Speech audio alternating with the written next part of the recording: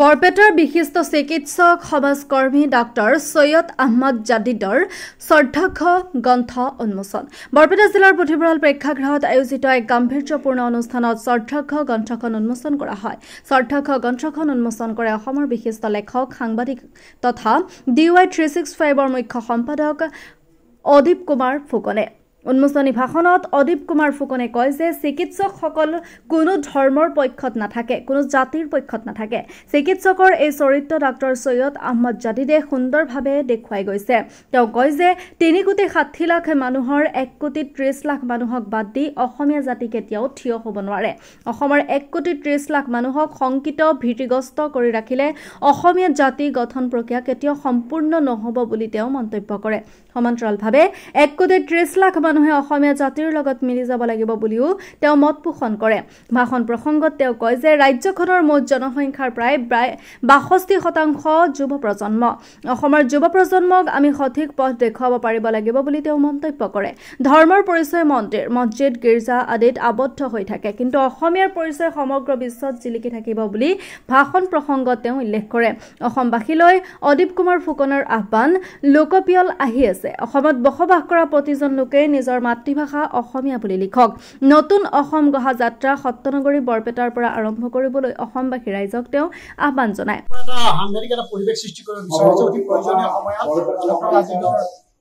নামত তেখেতৰ স্মৰণ কৰিয়েই সম্প্ৰীতি এক যাত্ৰা আৰম্ভ কৰিব বিচাৰিছে।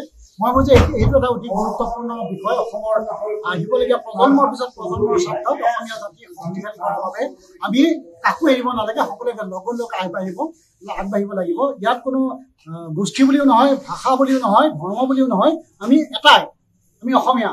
আৰু অসমৰ বিভিন্ন জনগোষ্ঠী বড়ো, কাৰ্বি, ডিমাচা সকলোকে আমি ঐক্যবদ্ধ কৰি আমি অসমীয়া জাতি আগবাঢ়িব লাগিব।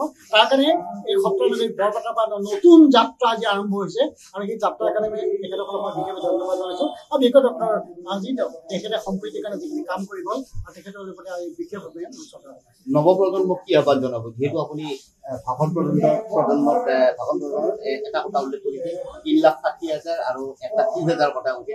এই সন্দৰ্ভত আপুনি নৱপ্ৰজন্মক কি আহ্বান জনাব?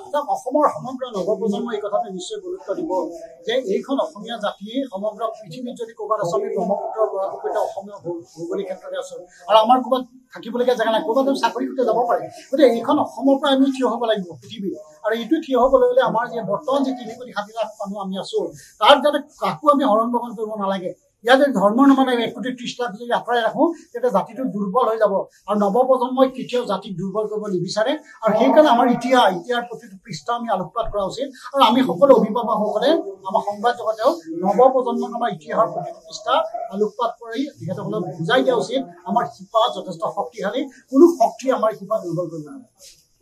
আপুনি বাৰু উমৰাহ কৰিবলৈ আগ্ৰহী নেকি?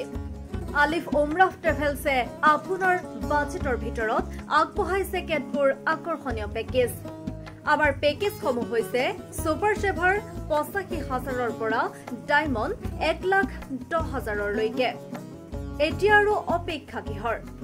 আজিয়ে 7002343617 নম্বৰত যোগাযোগ কৰক আৰু বুকিং কৰক আপোনাৰ পচন্দৰ পেকেজ। বিশ্বমানৰ সেৱাত অসমৰ ভিতৰত শ্ৰেষ্ঠ আলিফ উমৰাহ ট্ৰেভেলছ।